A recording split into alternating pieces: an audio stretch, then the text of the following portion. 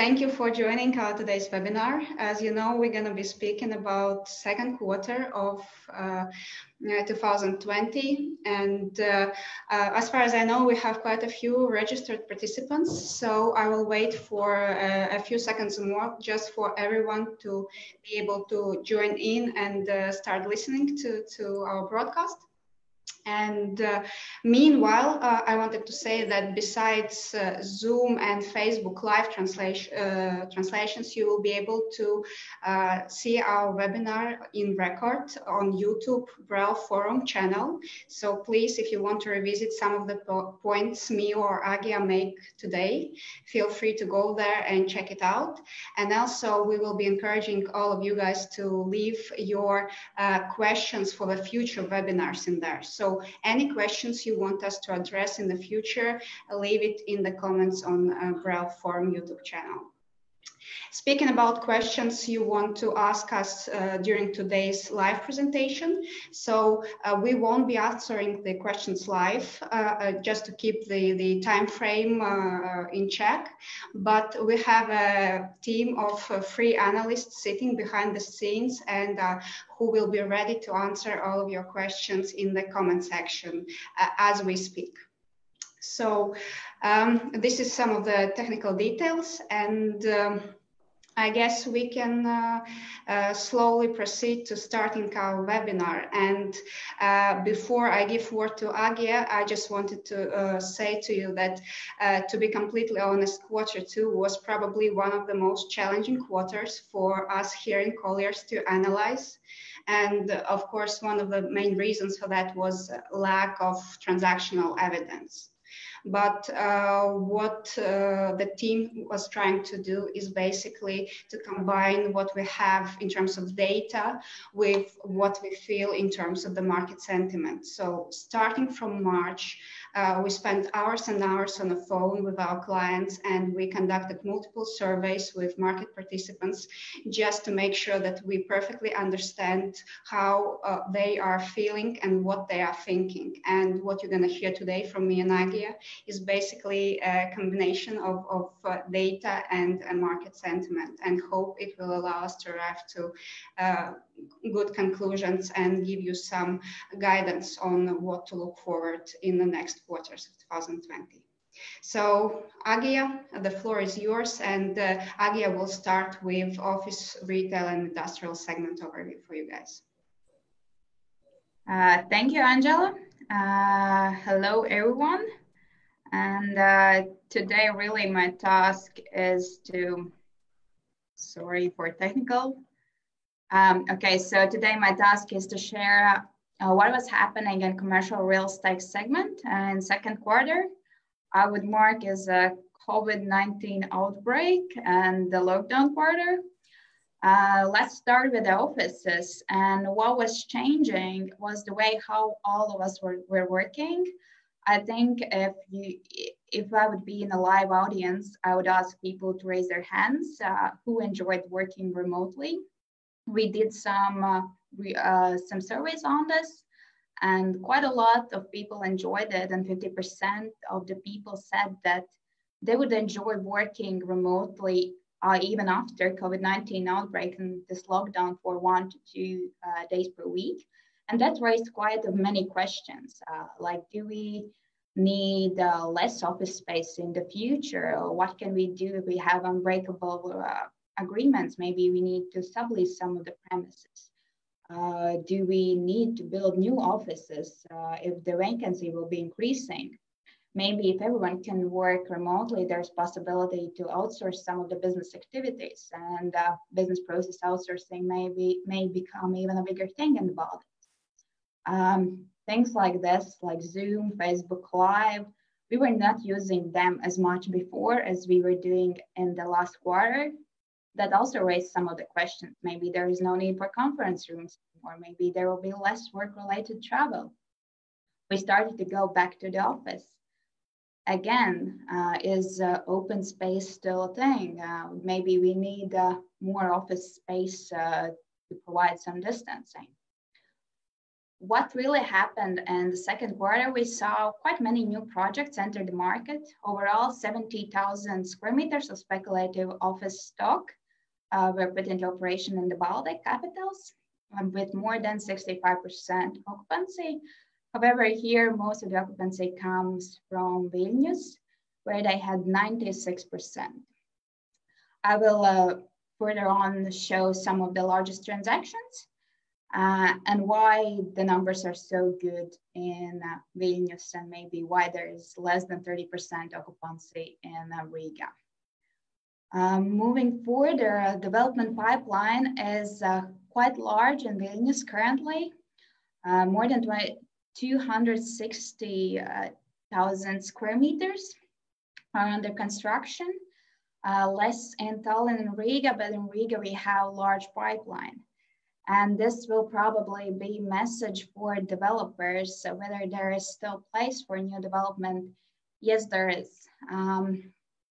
If we look at the projects currently on the market and the projects making the largest vacancy, as you see further on, there are not that many projects that provide all three things, meaning location, accessibility, and reasonable rental conditions.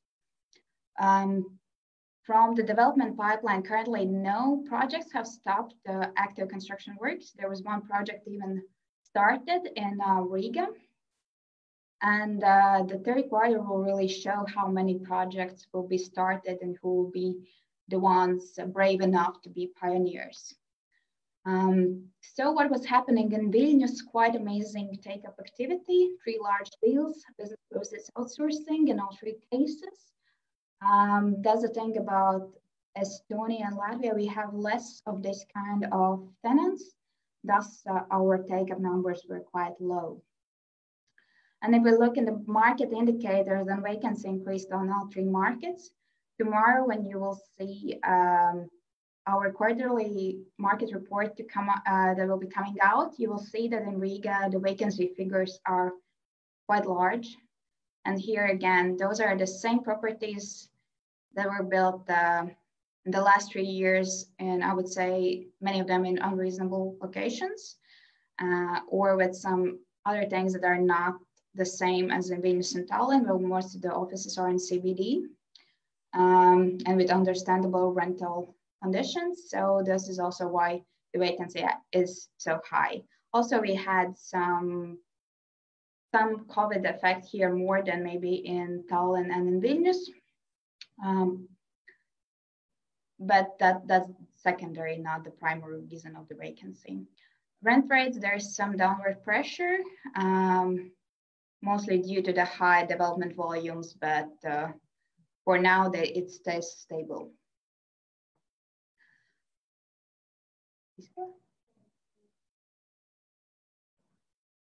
Okay, so I was said that there's technical difficulties and you're not seeing my slides.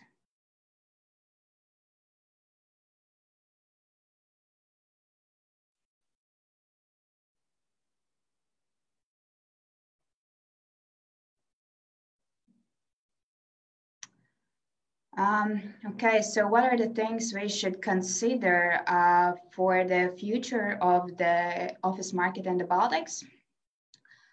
First, it is still not clear overall in the world, like what will happen with the remote working and digitalization, as it is not clear what will be the company approach and what will be the people mentality. And what is currently happening, we see quite a lot of the activity in sublease market in all 3 countries. Some relocation might be expected. Some activity in business service outsourcing, and overall more flexibility will be required. Another thing, no business will relocate or expand to new premises when their business is in distress. And GDP, unemployment, and other figures are currently forecasted not so good. So this will definitely affect some of the businesses, but there are other businesses that are using this situation as there is better availability of workforce, and they can expand their business. Also, there's quite different approach between international and local companies. For international companies, we see that not all employees can return to their offices already. In some companies, only 20–25% are allowed to go back to the office. And also there are some regional decisions made that some costs should be cut, and that might affect also the office business. So for now, let's see how it goes, because the approach can be quite different and is not clear yet. Moving forward to the industrial market, many were saying that that's the market that hasn't been affected at all. In some way it was affected, but yes, that's true. They continued working during COVID-19 outbreak, except maybe for some providing logistics to the affected industries like hotels. There was possibility that some of these places could be shut down due to COVID outbreak within them, as there was some distancing and other hygiene things that had to be provided. Overall, there was an increase of e-commerce. At the beginning of COVID-19 outbreak, we saw quite many looking for additional premises. One deal we can say was that DPD in Lithuania. They leased out additional 5,000 square meters to deal with the increase of parcels, an increase in demand for their services. And closed borders also give us in a way possibility for long-term improvement. As some companies might consider moving production to Europe, and Baltics in this case could be a good place for it. Quite many projects were put into operation during second quarter, especially in Tallinn. However, the market is different and most of the projects are quite small, and we still put stock offices under industrial. There is more focus on build-to-suit projects, as you can also see from the 3 projects displayed there that were put into operation. Quite good occupancy figures, reaching more than 75%. Pipeline is still quite high in Riga. Also, the number of projects under construction are quite high. 2 large build-to-suit projects, Rimi and Rimi and Little logistics centers. We have seen that some projects have slowed down their construction speed, divided it in stages. However, no projects have been stopped for now.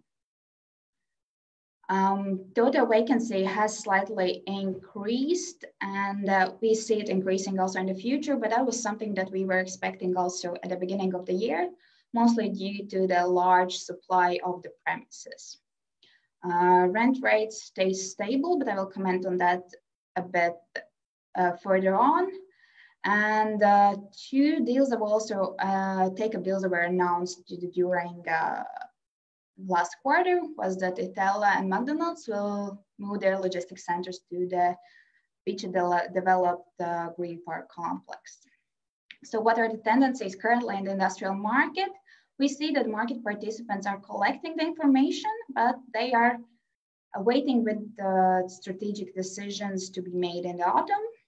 There's definitely higher focus on build-to-suit development or speculative development with pre-lease agreements.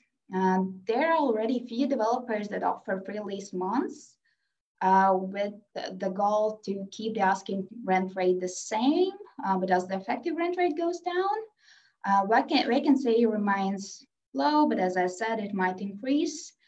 And what was saw also in Estonia, where there is more stock offices, that as the small businesses in general were hurt more than the larger businesses, also stock offices in that sense were hurt a bit more. Moving further to the retail, again, if I would be in live audience, I would ask you in the last 3 months, who of you were buying something online or ordering food and stuff like that. And I think almost all of you would raise their hands. And closing the retail premises, for example, as in Lithuania and Estonia, where everything was closed, and in Latvia on weekends, it made us question whether landlords and tenants can survive. And what we saw in Lithuania, that for example, T1 mall has some problems currently. Same with some brands leaving the market, but I would like to say that those are the brands and market participants that already before had problems. And COVID-19 is just like the last stop on the way to the bankruptcy. Overall, we see that those that had omni-channel strategy are the ones that will survive. However, during this period, we saw even small stores opening their own online stores or having some cooperations with larger stores. In some other markets, we saw that brands were closing their stores, or there was other strategy that they were renting out additional space to provide some distancing. Increase of e-commerce was high during this period, but it also made us realize that there are some problems with last mile delivery. I think all of you saw that it was quite lengthy to wait for your online orders. In some cases, these pickup points were overstocked. So there are still some problems with the e-commerce. And if we look at the numbers of, we see for the shopping centers that now open, then they have reached almost like 85% of their previous turnover and footfall figures.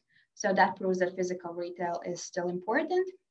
Closed borders and no tourism is now what is affecting the city centers. And here the large question is whether street retail and city center shopping centers can survive without tourists. Riga was leading in terms of new projects put into operation during COVID. Small neighborhood shopping center Alia was finished. Also Origo expansion by Linstow was finished during this time. And Via Jurmala Outlet Village, the first one in Latvia, was put into operation. However, official opening will be this quarter. And pipeline, there are some projects in the pipeline.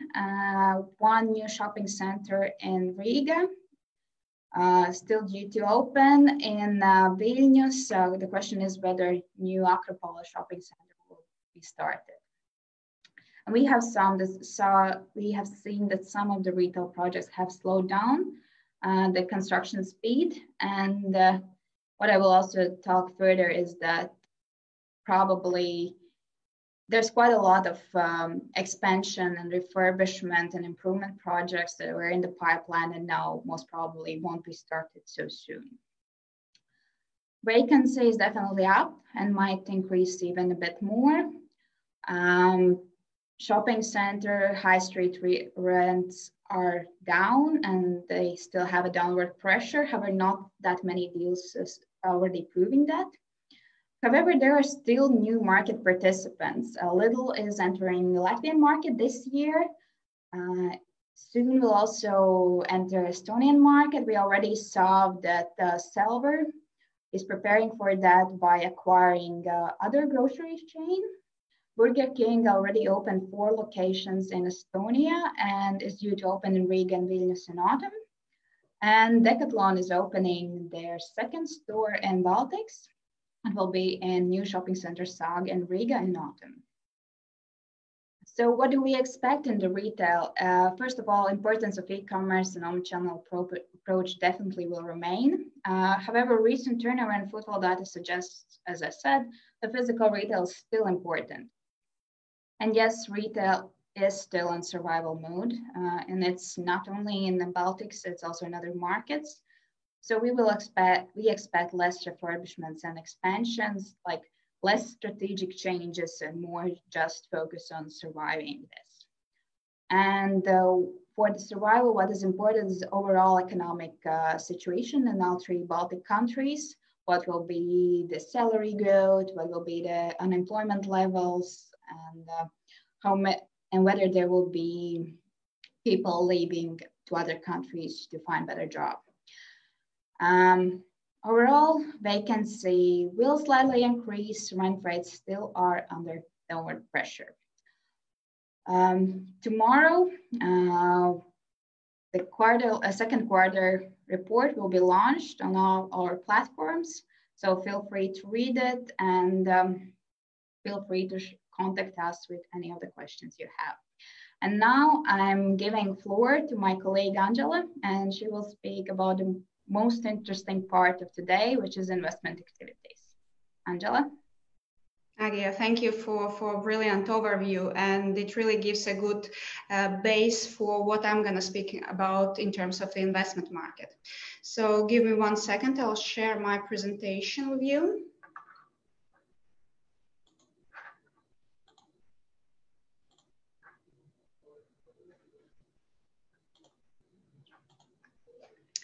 So investment market, basically, as you already know, we started Q2 with almost all European countries in complete lockdown, and this has paused investment market activity almost completely. Investors at that period of time completely focused on their existing portfolios, and they were trying to sustain the already existing income, dealing with the tenants and dealing with all the uncertainty that market presented at that moment.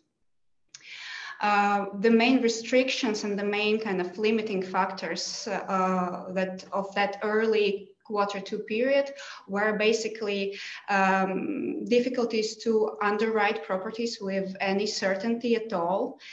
This means that it was difficult to understand if the tenants you have in the building are reliable and will fare well during the pandemic.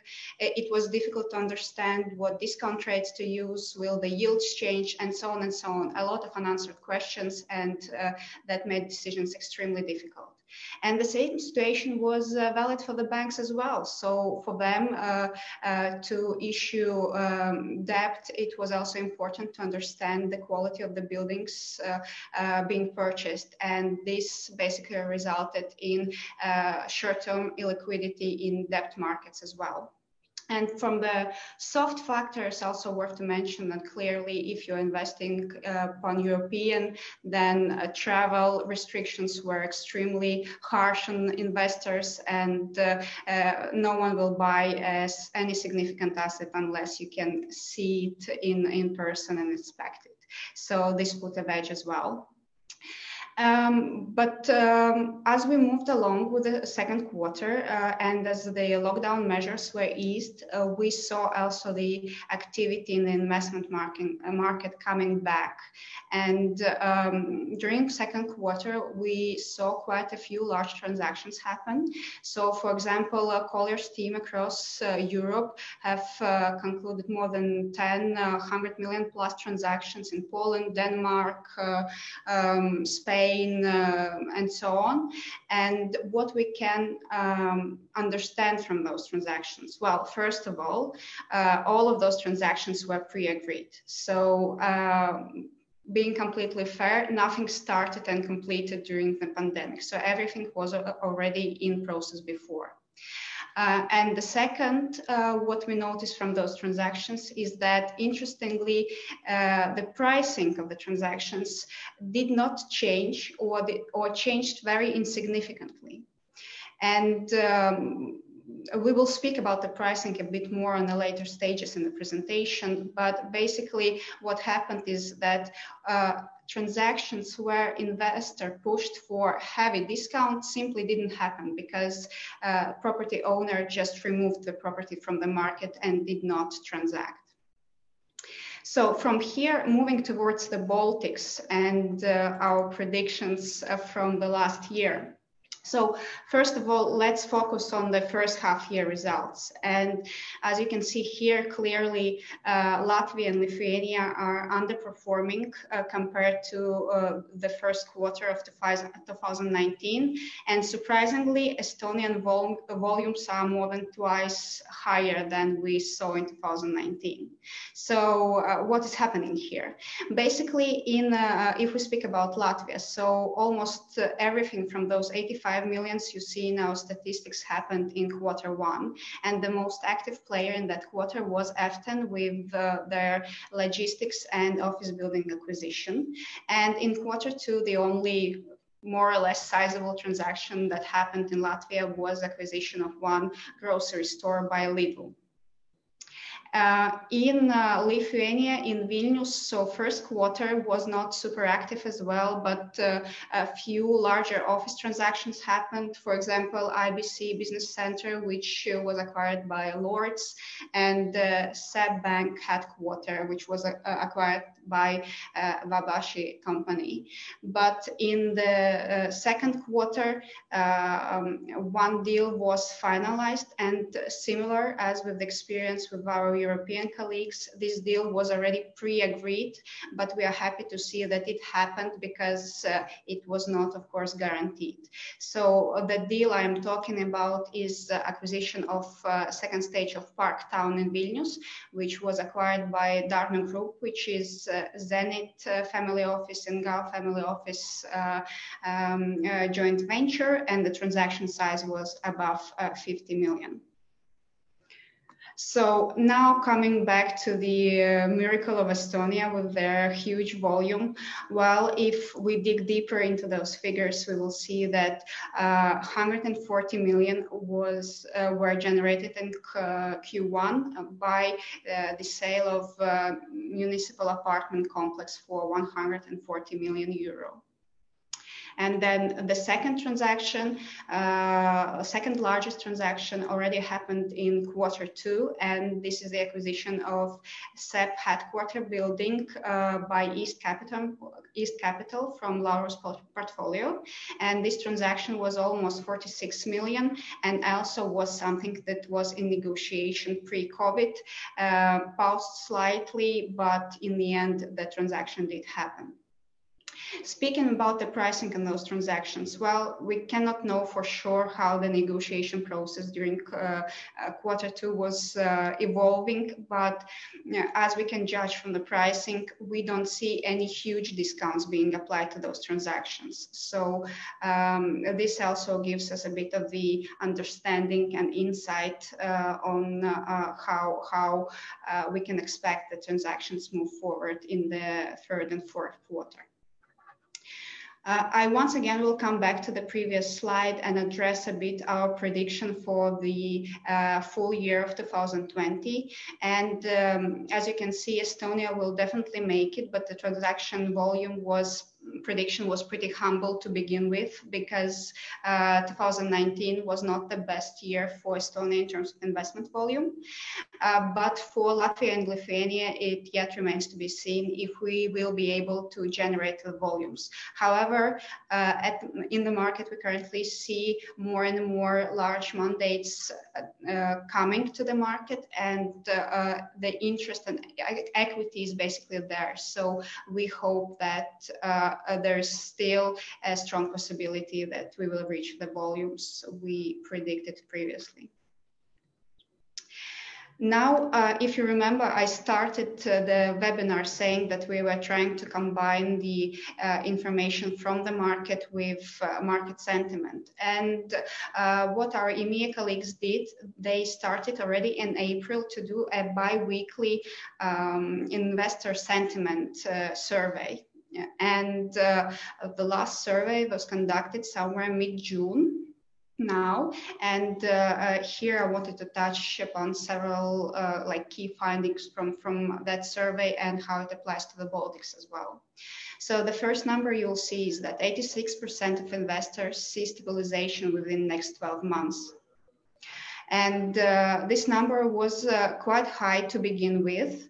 Already in April, something like 60% hope that recovery will be in 12 months. But now it's almost 90%. And to be more specific, 41% believes that recovery will be in 6 months rather than 12. So this is a good sign and a good sentiment from the market right there. Another positive factor is that 87% want to buy something in the next 6 months. And this has a clear logic to it because there is a lot of equity in the market, and equity was already committed and was expected to be spent in 2020. And fund managers, wealth managers, they have to still reach their fulfill their obligations and reach the goals. So money is there. What will happen is that basically this money has now more challenging environment to be used, but again, investors will clearly adapt to the new market realities, and we hope to see more and more things happening in Q3 and 4. And another interesting figure, 58% of market players want to sell something in the next 12 months. So you can see here a clear gap between wanting to buy and wanting to sell, because clearly many of the, especially core properties, are still in quite good shape, essentially. So now for the owners, it's a question, why would I sell in the current market environment if I know that the buyers will at least try to push me for a discount? And this is a very important factor to remember when we're going to come and speak about the yields and the pricing, because this is what keeps the pricing change at bay and a bit controls the market dynamics. In terms of the sectors and asset classes that investors are looking into, so you can see that now logistics are as popular as offices. We already saw this trend before, and logistics were becoming more and more popular, while retail was becoming less and less popular even before the crisis. But now clearly logistics are one of the front runners in terms of the market sentiment. Residential is still in the picture, light industrial, as you can see, and retail is going down quite heavily. But here for retail, I have to make two distinctions. So grocery stores, extremely popular in Europe and extremely popular in the Baltics as well, because apart from the large transactions I mentioned, the only transactions that also happened were in grocery retail segment. And the last thing from the survey that I think it's important to mention is what challenges do market players see in the current market. And here, this top chart changed previously, starting from March. At the beginning, the biggest concern was pricing and valuation, so how to value the properties in the current environment. But now, as investors become more familiar with the current reality, now tenant solvency becomes the main issue. Thankfully, we are approximately mid-year, so now half-year reports will start to come out for the occupiers, and I think investors will spend quite a lot of time checking those reports to see how actually their occupiers did during the pandemic and make their plans accordingly. The second biggest concern is, of course, rental growth. So it is unlikely that we can expect a lot of that in the nearest future. So acquisitions can no longer be based on assumption of rental growth in particular. Pricing valuation is still important, and availability of property, 59% think this is going to be an issue, and the sentiment and the willingness or not willingness of the property owners to sell kind of supports this argument as well. Debt, pretty big concern, but a bit less than the factors I mentioned before. So now we come to the probably most interesting question for many of you, the pricing and what should we expect. So on the slide I'm currently showing you, you see basically exactly the same numbers as we posted in Q1 review. And this is not a coincidence. This is not us unwilling to make our predictions, but basically what is happening now, there is not enough transactional evidence to make certain conclusions on the price movement. And second of all, there are multiple factors at play that can influence the market in one way or another. So instead of giving you exact predictions, I would rather like to give you a framework how to think about the real estate pricing in the Q3 and 4 coming. Basically, the factors you need to consider is what type of property you are looking at. So as I mentioned already, there's a lot of equity in the market, and the new players now struggle to find opportunities maybe in Europe. So this is good for the Baltics if we can offer something. So if you are looking for a core product in office or industrial or logistics segment, then probably you will have quite a lot of competition, and you shouldn't expect huge pricing changes due to that. If you are looking into retail segment, again, if you're brave enough to go for a shopping center, then yes, maybe you can leverage quite a good pricing. But if you are in a grocery segment, again, it's still interesting for the investors, and you will have competition. So it will limit your opportunities to decrease the pricing. And industrial, pretty much the same. For those investors who are now becoming more and more active and are looking at the value add and opportunistic investments, well, clearly you will have much more opportunities. Maybe not that quickly, because real estate is a very slow segment and it takes time to catch up to the real economy. But eventually, I think the opportunities will be there. But on the grand scheme of things in the Baltics, I don't think that those type of investments will make huge volumes, because still a core product volume-wise is clearly the main driver of the investment volumes in the Baltic markets.